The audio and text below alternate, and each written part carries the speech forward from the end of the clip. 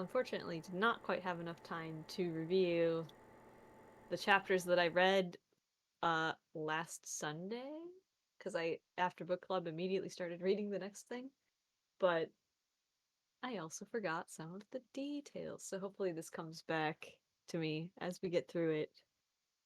Um because I like can't remember which parts we actually read for this week. Hmm. But yeah, let's see. Let's see if the highlights will serve us here. Um what was this? The three bodies of Buddha. Oh, okay. So what we have is talking about what you should be doing to really be close to the Dharma. And, oh, sorry. I'm sorry, it's noisy. Maybe I should close this. People are riding their motorcycles because it is nice today. Let's only ride motorcycle for like 4 months of the year here. Okay, that is closed. Hopefully they will not disturb. Um, all right, where the way to realize understanding and love. I highlighted that even though we all know what this is because it is. I liked that particular way of wording it. Rather, like we often say the way, right, or the path, or any number of like more complicated ways. But I liked that description of it. Very like at the heart of it, it's just that it is that basic, right? Um, let's see, what do we have here?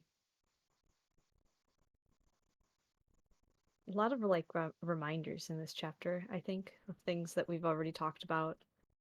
Like when someone says something challenging, if we can smile and return our breathing to our Dharma, or to return to our breathing, our Dharma will be living Dharma and others will be able to touch it. Like the way that a lot of it was him saying to, reminding us that the more we can smile and be at peace, the more that spreads to others. And that if we can't do that in ourselves, we can't really expect everything around us to be peaceful and calm. And that even just doing your own best to keep that steady state can transform a whole situation. Like this image that I think he uses a few different times, like a calm person on a small boat during a storm, where everybody else is panicking. But if you can just be there and stay calm, that changes the situation inherently. Lots of good images. Um,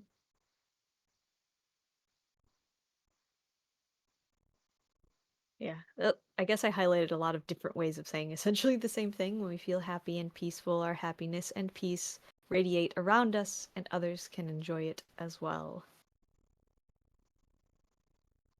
I guess that's basically what this chapter was. It wasn't a very long one, so I suppose I found the the root of it. Did anybody else have anything to add about chapter 20?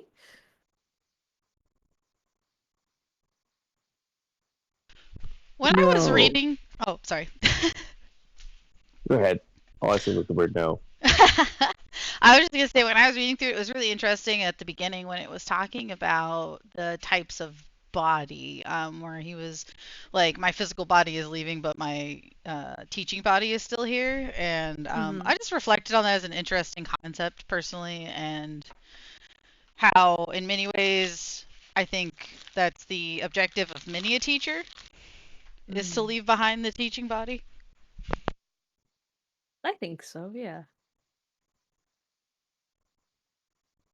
Yeah, I didn't highlight any of that, but that is a good. I guess when I was reading this, I kind of felt like, oh yes, of course, and for some reason didn't think to then highlight it. Um, but yeah, you're absolutely right. The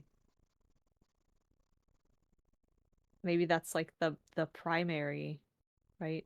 You try to make that the strongest of them, and hope that it continues on and can still continue to teach and offer people even after your uh physical body has moved on and transformed into a different form.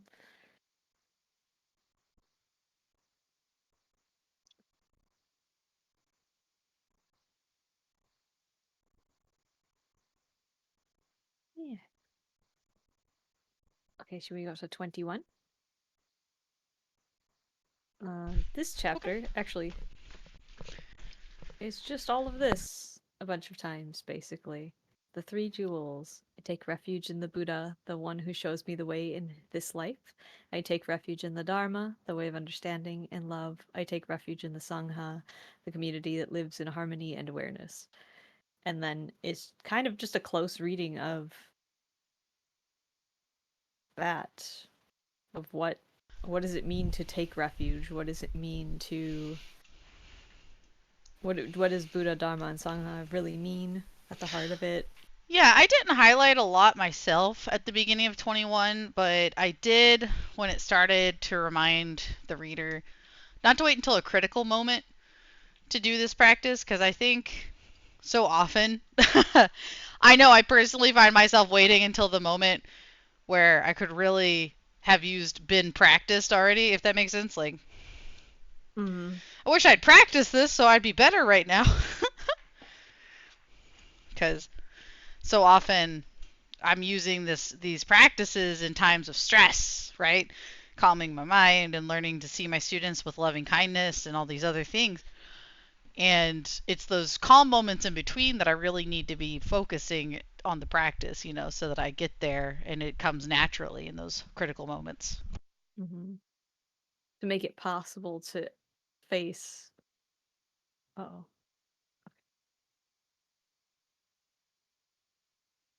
yeah, that is probably one of the most obvious when you've experienced it, right? One of the most obvious things is, oh, I would be better at this, or I'm not doing this as well as I could have done had I I could prepared already be properly. better at this. Ah! Yeah, this wouldn't be happening if I just was able to do the thing that I know is possible to do that I'm not good at yet.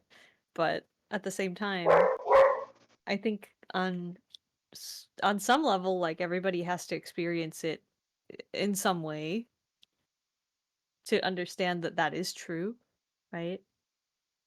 It's obvious, but also in some ways kind of counterintuitive for people, right? It seems like nobody thinks until you actually sit down and consider this. Oh, maybe I should practice, how to how to experience disappointment or how to experience all of these things that life will inevitably throw at me and Mhm. that other people will go through around me that I will have to face and that's kind of just the work of being alive, I think, but whose job is it to teach you? And then until we see it that way.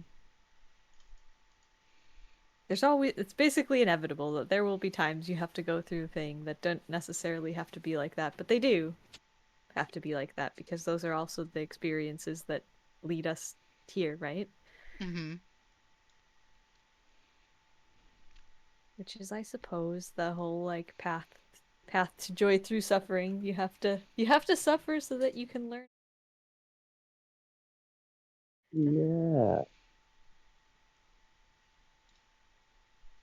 Sad but true. Sad but true. Um,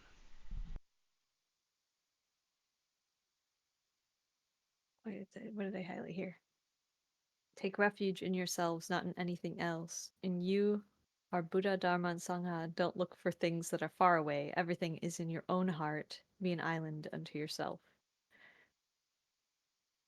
And I like obviously this is good content. And being able to reflect back and touch those parts of those external forces that are also inside of us. But he also something that sort of seems in contrast to that, I think, but I don't know where it is actually. I thought it was in this chapter. I think it's a little bit further down, but he also talks about having the community, the Sangha, and an environment that is conducive to that is also essential. Like it is so much harder for somebody to get to that point if the environment that they are in or that they put themselves in is not full of others doing these things, right? I think it's yeah, I think it's in this part. So page 277. It says worth investing in a Sangha, and that we all like everybody contributing is kind of greater than the sum of its parts, right? And that sometimes you need that another view, the other perspective to help to see more clearly our own vision, and that stops us from falling into negative habit patterns to get the wisdom and support you need. So that's kind of interesting where it kind of almost contradicts this, but it doesn't really, does it? It's like saying that it's a way to teach you how to be like this in the first place. Yeah, I appreciated this section as well in that he describes it as a he he mentions it in the same sentence. He's talking about the cushion of like how our cushions, our walking, our meditation, all these things, they're coming together as a support in our practice. And Mm-hmm. like your sangha and all these things that you use to focus your practice are all very important. And deepen the practice was my brain.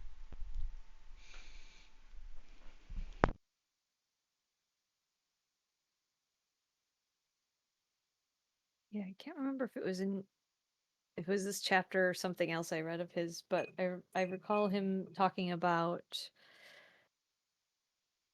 all of those the physical objects too, like any anything that reminds you, right?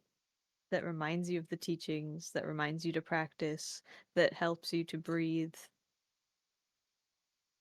And that ideally you would make everything, like all the things around you would be the Sangha, right? My instead of being like one specific place, or maybe it starts with just the cushion or a certain room or a bell, right? Mm-hmm. A gong, whatever someone uses, and then ideally though it spreads, right? So it can be a community, it could be your whole family, it could be your whole, I mean, eventually we would like it to be everywhere. Well, I think it's that Wouldn't same that be thing when nice? you're learning how to meditate, right? Sometimes you need the ritual of getting ready to meditate. Maybe you're on your little yoga mat, and that helps you in the mindset. But eventually, getting into that mind, that meditation mind, isn't shouldn't be reliant on the space you're in or the tools you're physically using. And so, Mm-hmm. like you said, that everything becomes the sangha, it becomes the meditation, it becomes the mindfulness.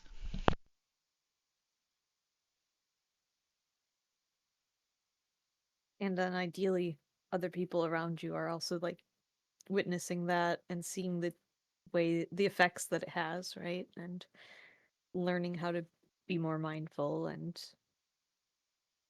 calm and kind and engaging in that kind of practice too, even if they're not doing it in the same way, right?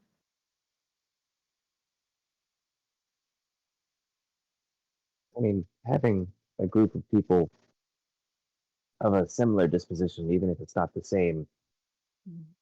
is, a reinforcing kind of situation so that if you falter, someone else will not yet, and then they will falter and you will help them back up. So, like,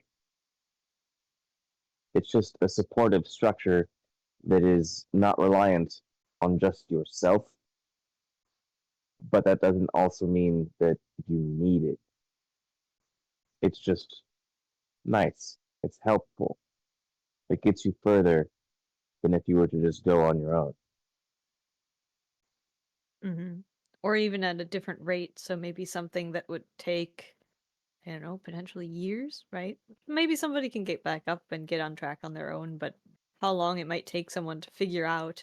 Like I've seen even non-Buddhism related, but you ever see somebody who's like struggling through something and it takes them like years to get to finally understand something that someone else is like, well, I could have told you that. I could have told you that all along. And Yeah. it was just like such a basic, obvious thing to everyone else around them, but they struggled with it for a long time to see with those outside eyes, right? To just Hmm. see the basic actual reality of what was going on, blinded by whatever different things, but I kind of think it's like that. Sometimes it's plain and it's out there in the open, but we just miss things. And if we're missing it, then we can't really act on it appropriately, can we?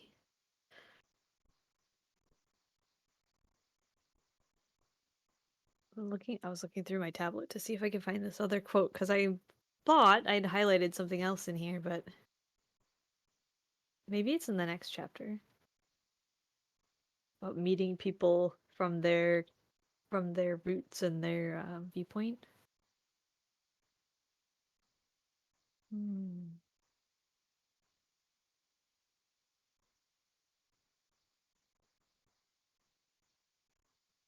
I'm not sure.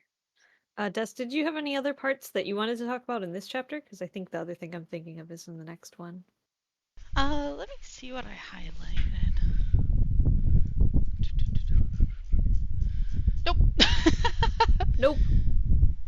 Yeah, I mean, I felt like these I like a chapters are lot enough in the that it's chapter. They're just, good things. They're just not like, oh, I've had a revelation, guys. yeah, not as quotable. I think also it's just reiteration a lot. Like, I feel that these ones are very much, okay, this is about the three jewels, and now, okay, yep, we just talk about these things, and we talk about them over and over in similar ways, but with slightly different perspective on it each time, right? And Hmm. then bring it all home at the end with literally the same thing as what you started in. Just ends it saying the same as started, which I think all of these lately have been kind of like that. Okay, chapter 22, The Four Immeasurable Minds. This one also, I kind of had that same feeling of, we're gonna separate these out into different, like a list of things, but they're also all kind of the same thing, and all of them are in each other, so we're just gonna kind of go with it. Hmm.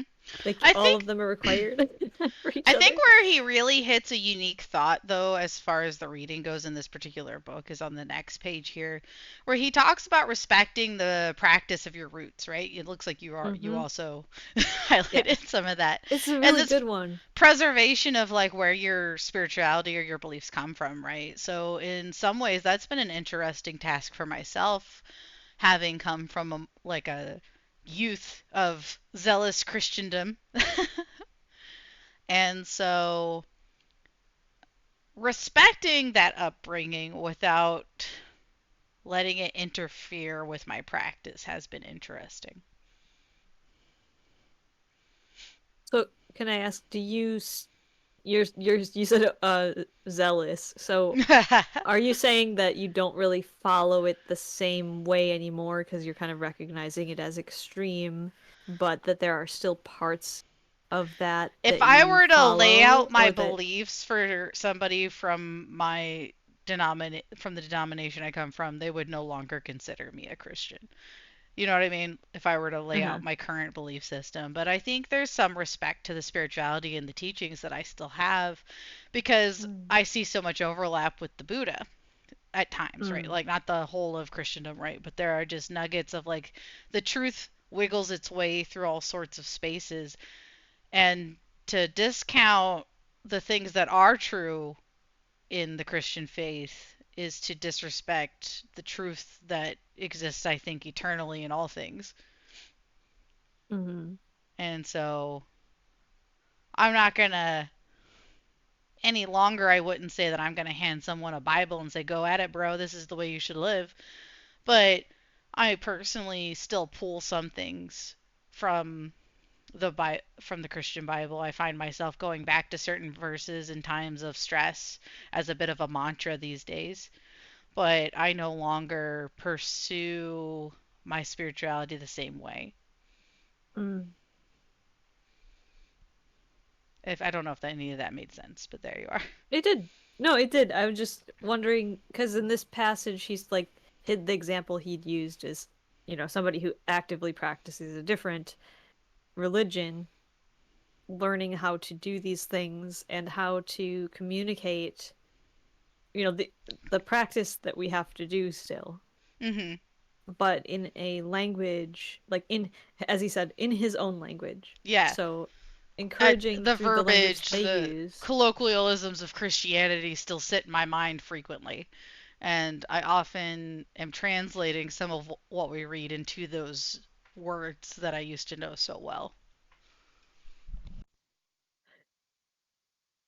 Somewhat related to this, actually, I thought it was a kind of funny.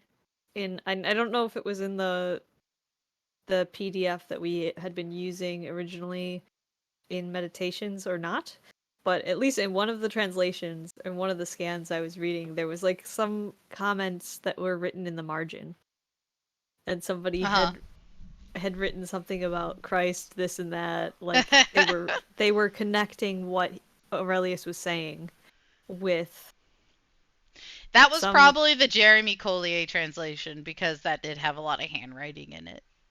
Okay, I don't know if you read the handwriting then, but it was a little funny because I didn't actually think that was like the comment that they made. I didn't think was actually related. Like it was a bit of a stretch, but it is interesting to see somebody reading something and then going, "Oh my god, yes, it's just like this." Even if in that case, I think they were kind of missing the point in doing that.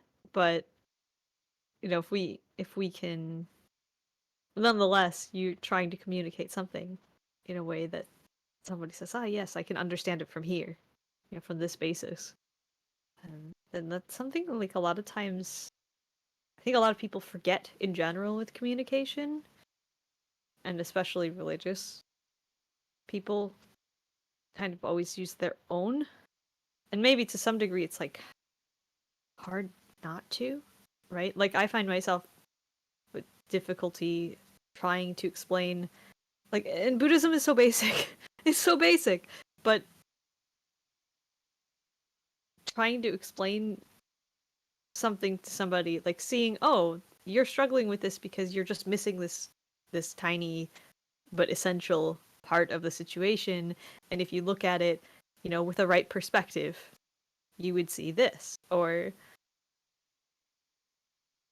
trying to communicate that but without the language that we use every week here. Yeah. uh Sometimes it gets really hard, and then a few times I've found myself having to be like, okay, so there's this concept called like let me explain how this works to you first so that I can explain what I'm actually trying to tell you, because it just there's too many steps between where you are right now and where, and this actually quite simple thing to see. um and it, like, yeah, sometimes finding the language, the other person's language, and what's the best way to communicate this thing to them, it can be difficult. It can be really difficult. And then other people, it's super easy. Like I have a friend who's Danish, and she isn't religious because her family kind of put her off to, like, they were really strictly Christian, and I guess like whatever part of the society, like the culture in Denmark, uh, she kind of has problems with some of it too. So, and then all of that's wrapped up together. But the way that she lives is very like present moment, Mhm. and what will make people peaceful and happy, and like don't worry about the future and anxiety and worry about things that haven't happened yet, aren't really useful to you. And like she knows all of those things, and Yeah. she doesn't study any of this, but she sees that still Right. anyway. Like that's how she lives her life. And maybe somewhat in an extreme way, because she's also like, she doesn't think about what kind of job. She's in her early 20s, so it's like, what kind of job will I do, or what kind of, she doesn't really have a lot of plans for the future and things like that either. But she's like perfectly content living the way that she does, and she has a lot of these same kind of attitudes. And because of that, when she has, other people coming in with drama or trying to cause problems. She says a lot of things that sound quite like this too.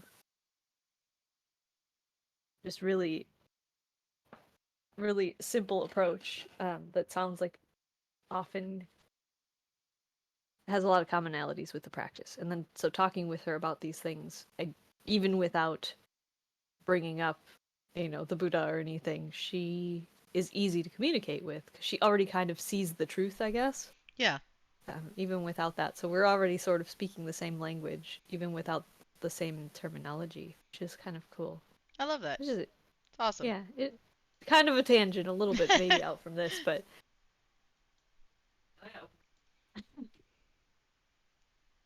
hopefully they're not so loud. I am getting quite warm. It's sun is intense today. Okay, let me there we go. Hopefully noise suppression will do us a favor.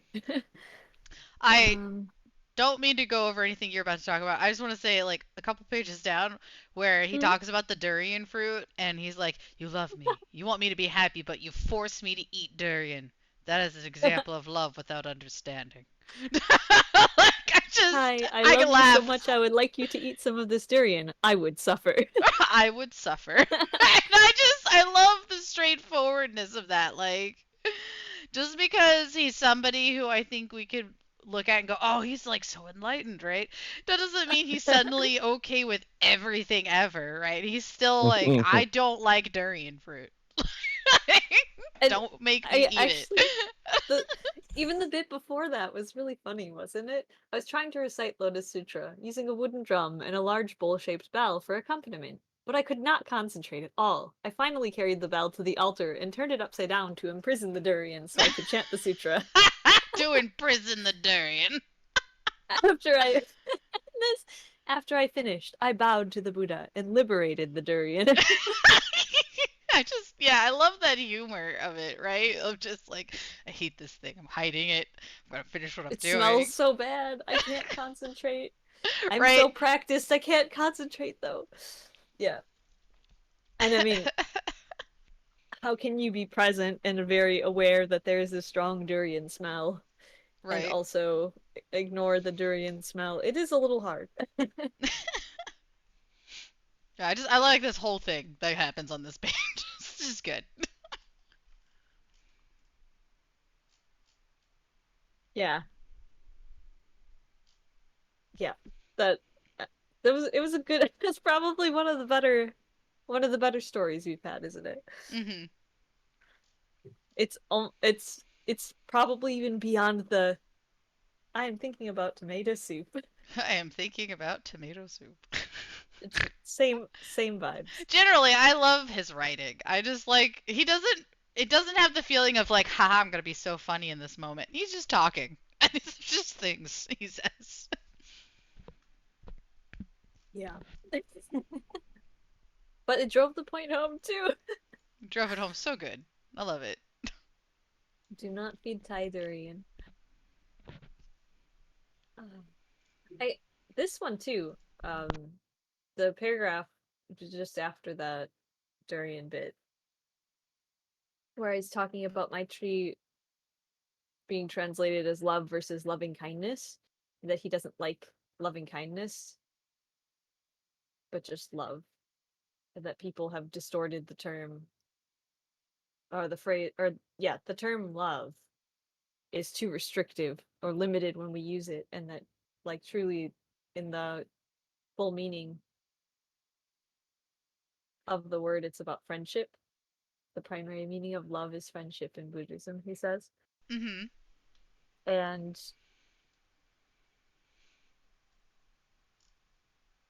I I guess I hadn't really thought of it too much like in studying the Buddhist texts, but when I talk to people,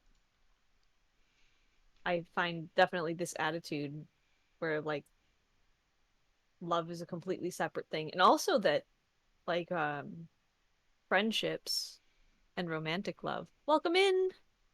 Hello, welcome to book club. Uh we are like at least in the US, because I think that this is this definitely goes to other places as well, but I can't speak to exactly like the same if it's the same degree. We have a huge barrier and also a ranking between people that we love, and normally it's like somebody you're dating, and Right. even somebody that you maybe don't know that well, and friendship, as if friendship is lesser and not as intimate or powerful and doesn't have love in it too. And then I've had some very confusing conversations with people where I'm like, don't you love your friends? Like how can you be friends if you don't love these Mhm. people? I mean, there's maybe a step in between, right? Like there are a lot of people we call friends that are more along the lines of acquaintances, like people we like and we're getting to know them, but we don't love them yet, and we call them our friends too. But there's this kind of false distinction between friendship and love or romance, or I mean, I guess romance is a separate thing, but you know, if you like you're friends with your husband too. Hopefully. Like you should be. Yeah. It's love, the love is there and it comes from something else. I mean, there are obviously some other feelings or a different type of relationship happening as well on top of it, but there should also be the same relationship happening within those, within a marriage or when you're dating somebody, or love means all of these things and has to be present in all of them. And why have we knocked friendship so far down when that is love? And then, so I really appreciated just like straight up saying that they're the same thing. Those are Mhm. the same thing, and that it's one of the most important things that we should be looking at.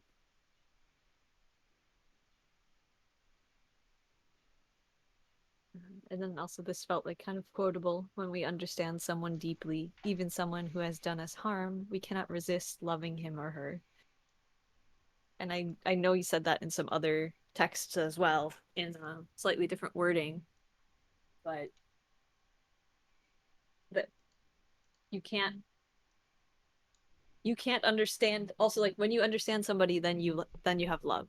It's like inevitable if you truly understand it, like a deep understanding, and have listened. Sorry, another motorcycle. uh No, I appreciate that same thought, and I found that Pamela Chardon really dived into it a lot in her book, The Places That mhm, Scare You, was that same idea of how can you continue to not care for someone if you've really gotten to the point of really understanding them. mhm. So she really touched on that as well. Yes, she did talk about that quite a bit, I think, in like the second half Hmm. of the parts that I read, um since I didn't read that whole book. But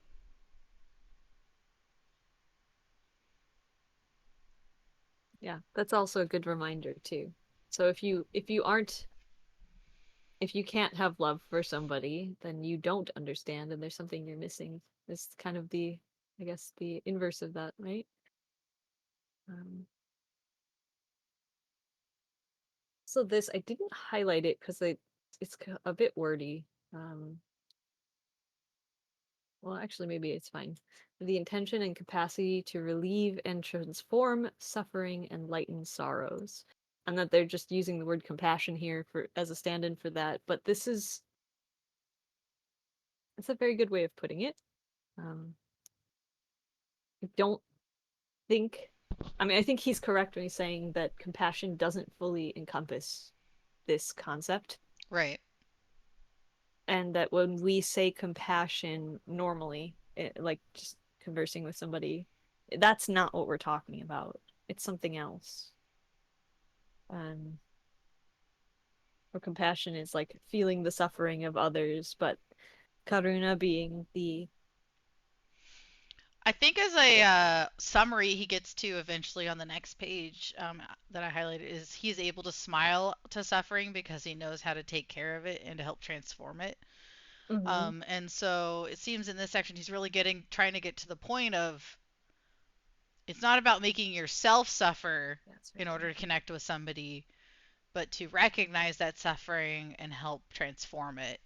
Um, and so that's felt important to me because I think so often, uh, at least I've heard it a bazillion different ways growing up in the U.S. of kind of this martyr style, let me take on your burden on my shoulders and it'll become my Mm. burden kind of way of helping people.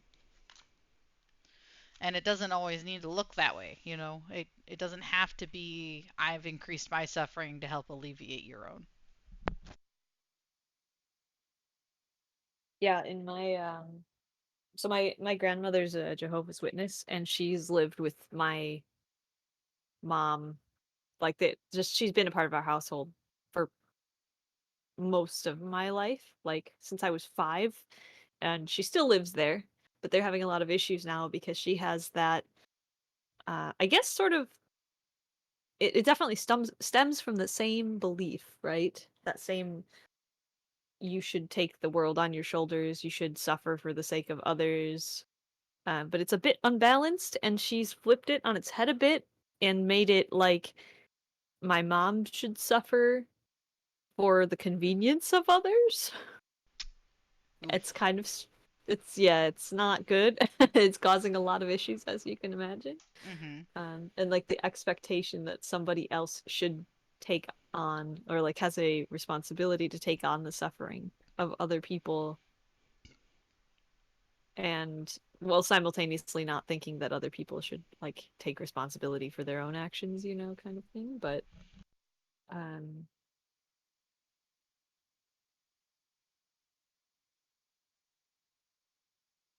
so I kind of try to loop that back, lost track. It's gotten very hot in the room then. Oh no.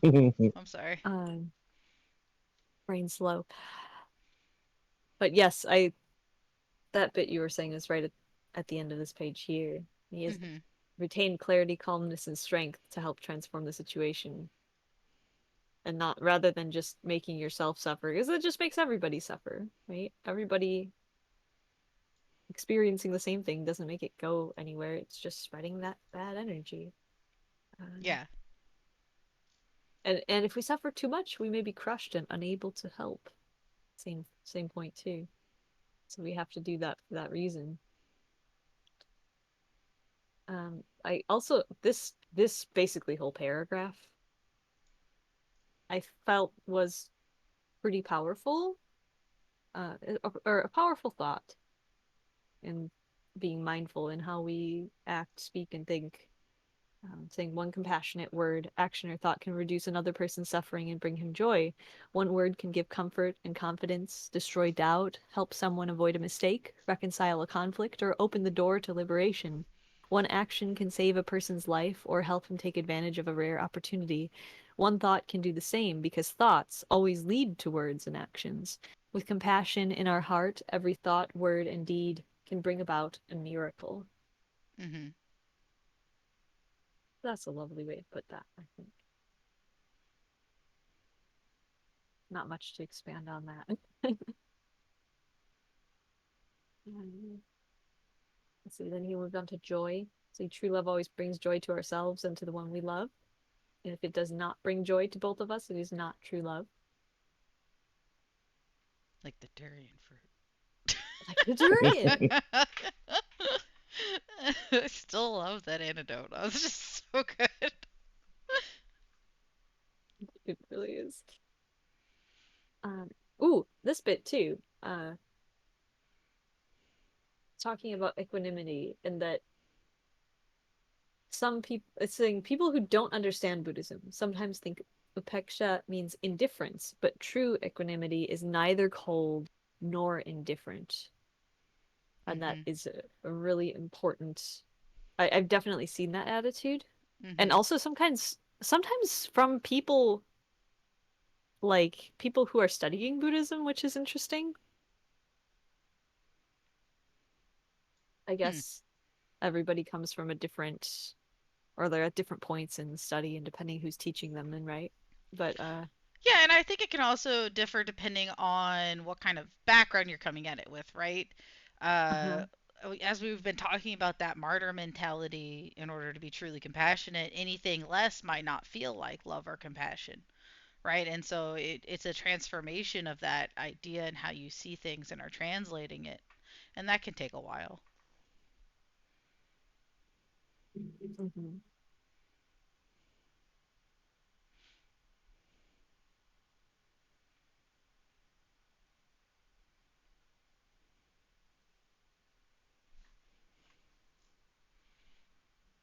I also highlighted that area. The same part. Yeah. As long as we see ourselves as the one who loves and the other as the one who is loved, as long as we value ourselves more than others or see ourselves as different from others, we do not have true equanimity. We have to put ourselves into the other person's skin and become one with him if we want to understand and truly love him. When that happens, there is no self and no other. I think this is a lovely reiteration of things he's been talking about in the earlier chapters, right? Of learning to stop Mhm. seeing that separateness, that otherness. Um, I enjoyed though the new wording. I think this was said very well. I kind of wonder why he didn't put this earlier. Yeah, it does feel like an early thought, but also maybe I'm just capable of appreciating it more because of the other reading. I don't know. Yeah, we never know, right? Like this is definitely the same types of comments he was making in talking about interbeing and emptiness Mm-hmm. and yet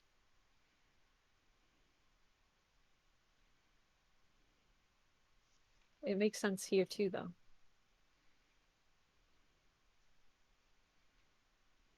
Yeah, the interbeing nature again. All of these things are basically the same thing. You can't have any without the other three. Mm-hmm.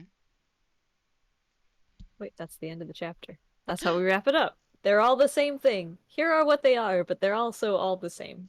But also the Just like a same. lot of the other a lot of our other concepts too. So much of this book has just been like, in Buddhism, we have a list of things. Okay, but all those things are one thing, by the But they're way. all one thing, but And different also this other things. list, But they're also. also all one thing. And also they're all the same thing as that other thing we talked. Well, but that's what I have really appreciated about the book. I think I'm at a Mm-hmm. stage where these concepts are starting to really make sense, like on a deeper level. But for the most part, I think that this is some of the stuff that gets to be the hardest part of the practice of knowing that these things, that we see them separately, but they're not separate, but they are. Mm-hmm. Like that's some of just the hardest, right? I feel like that's some of the hardest to get over mentally as far as gymnastics, cuz even when I thought I got it, I've constantly been faced with like, "Oh, now I get it." No, no, no, now I get it. Oh, now I get. You know what I mean? Like Mm-hmm. just peeling back a layer at a time of, "Oh, now I get it," and then realizing I don't get it yet, but I'm getting closer. Yeah, like you don't know what you don't know until you find out the next. Then I'm like, oh man, I didn't know after, as it turns out. Now I get it a little better. And so I feel Mm-hmm. like that's kind of the journey you go on when reading some of his writing, and especially in this book, is peeling back those layers even further. And even though some of these feel like common sense now, and I, probably varying degrees, like we're obviously not in the same space, but like even though some of this I'm like, oh, I already got that. Like spending more time reflecting on it, I'm like, oh, now I get it. So anyway, I think that's some of the wisdom behind the way he reiterates and comes back to these points again and again in his writing. Mm-hmm.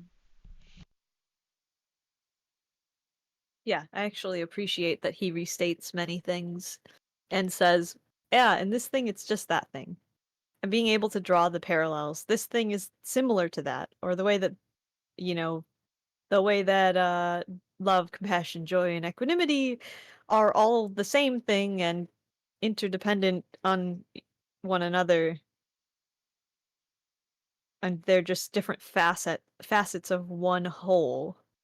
The same way that like the eightfold path is just each step is a different facet of this whole, and you can't have one without the other because each one gives rise to the next one or depends on. Mhm. Like it's a never-ending cycle of this one and that one and that one and that one, but they're all the same thing, and you can separate them, but then they all kind of morph back together. And I think maybe that's why he set it up this way, to separate. Okay, so we have this bundle of things, and now we can separate it out into these different aspects. And then when you reflect back, you see actually they're not different at all. Mhm. Maybe that's intentional. I think he kind of draws us through that process of like, if you were to sit and analyze these things, that you would find that they aren't actually separate, right? That's the hope. You sit down, you look at everything and see that they're not separate at all, and Mhm. everything arises together and kind of naturally flows.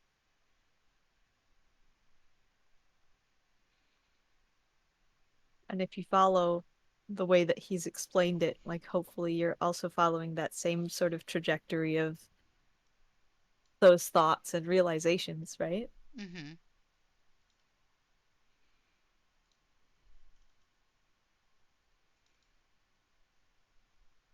Yes. Yes. Yes. I'm liking the way this book goes. Yeah, I'm I'm also generally. still kind of. Mhm. Go ahead. I'm just generally a big fan. I think I like his writing. It hits well for me. I absorb it easily.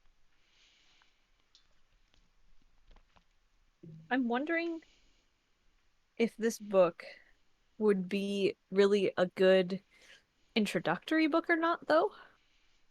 Like for Mhm. somebody who doesn't know, uh, I mean, there's a lot of, I would say, maybe formal or references to, okay, the Buddha said this, and um, I don't know, there's a story where this happens, and history in these different schools. And he talks about these things, but also you don't have to really remember all of them to understand the point, which is good. I think some texts make it like you must memorize all of these details or you are never going to understand. And he's like, the details don't matter. The Details, do point they matters. matter? It's like, yeah, so this school did this and this person did this, but what you really need to take away from that is, this main point. And in that Mhm. way, I think it's maybe more accessible for somebody new, but Mhm. also, is it too much? Does it seem would it seem overwhelming for somebody who's never heard of any of it before Mhm. in this way? And I can't decide. Um, It is difficult to know. I try to we're approach these things with beginner's mind in hopes of having that insight, but usually all I can tell is like I would not give a beginner this book. Is like usually the only sureness I have when I'm reading a book is mm, if I feel strongly that I would not give it to a beginner. I would, while I don't know that this book would be perfect for a beginner, I don't think it would hurt someone's walk or path. You know what I mean? I don't think it would hurt them in such a way. Whereas, like when we were going through forever ago, we were going through The Power of Now by Eckhart Tolle. There was some good stuff in that book, but because of the way the book is written and some of the concepts it hits and in the angle it comes at them, I would not give it to a beginner because of the, I think, confusion it might bring in somebody's practice. Does that make sense? mm. Because until you get established in certain ideas and are firm in them, I think it can be very stressful and counterproductive to pursue certain ways of thinking, if that makes any sense at all. Well, yes, also somebody who has a more maybe I guess the best way I can think to put it is a philosophical nature, like somebody Mhm. who is constantly thinking about questioning, maybe taking a more academic approach to things in Mhm. general, even if they have never studied any of this, would probably understand the approach a bit more easily, I think. Mhm. versus like, so my sister, I went to lunch with her a couple weeks ago, and I can't remember what we were talking about, but this came up somehow. I think I might have gone to, no, maybe I went to breakfast with her right before book club or something. So I said, Mhm. "Oh, I have to get back, I have to get back home in time for book club." And then she was asking about what do you read and what do what kind of stuff are you doing in there? And so I was telling her about this book, and she seemed really interested. And oddly enough, even being my sister and growing up in the same house, we had very, very different experiences with like Vietnamese culture and different relationships with the Vietnamese side of the family. And she had a lot less exposure to a lot of the things that were just like normally I grew up with because she wasn't around those relatives as much and kind of went in a separate direction. Like there were enough of us that we weren't all doing all these things together. And so all of this is like completely foreign to her. And she hadn't really thought about um like in Vietnam Buddhism is super common, and even like my grandma's, she says she's Catholic, but I don't think other Catholics would call her Catholic because she doesn't goes to, I guess. She doesn't go to church. She hasn't been to church in over 40 years. She doesn't do any of the, I don't know, holiday or ritual stuff. But she's Christian. She went to a Catholic boarding school, so she calls herself Catholic because that's also she's Buddhist. And having that like kind of, I guess the difference in background for me growing up with certain people and their friends and other people in the community, and then also studying it in college, and then her with like a completely different focus and different experience, and now going like, oh, I'm interested in this, and it seems to seems like it could be useful. And then I'm like, oh yeah, this is a great book. And then I realize, okay, this PDF is 500 pages long. And why is it 500 pages? Like, why are we on page 300 out of how many? What even is at the end of this book? How are we going to get through another 200 pages in the next month and a half? Is all of this just like glossary? 100 pages of glossary? I think it is, That's a actually. lot of glossary. Well, he uses so many references, and whoever, if whether he did it or his editor did it, it was very good about connecting a lot of things and making it clear where certain things were coming from. Oh, yeah, saying, see this book, see this discourse, see. Yeah, they did. Okay, so maybe not quite 100 pages of glossary, but. Oh, no, almost. Index. Yeah, that's a lot. So, like 90 pages of just lists of words.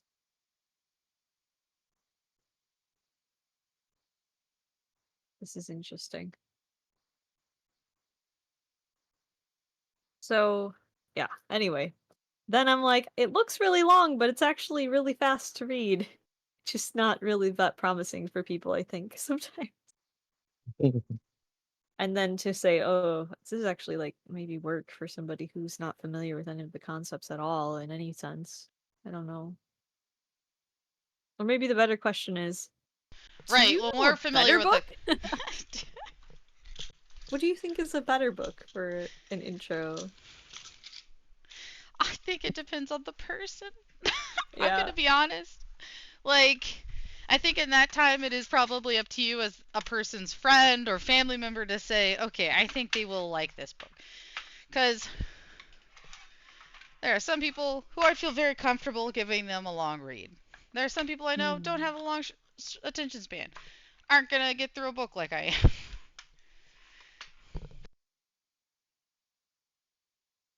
Yeah, or maybe the book of quotes is a better start or something for some people. They can read one sentence a day. and then they'll find one they like. And eventually, hopefully, go. Yeah, I don't know. It just. Now I'm like, she wants me to send her something. But the more I read this, I'm going, is it.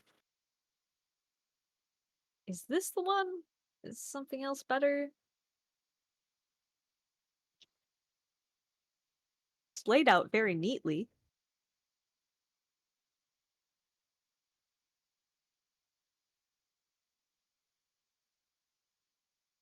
It is certainly not a bad book.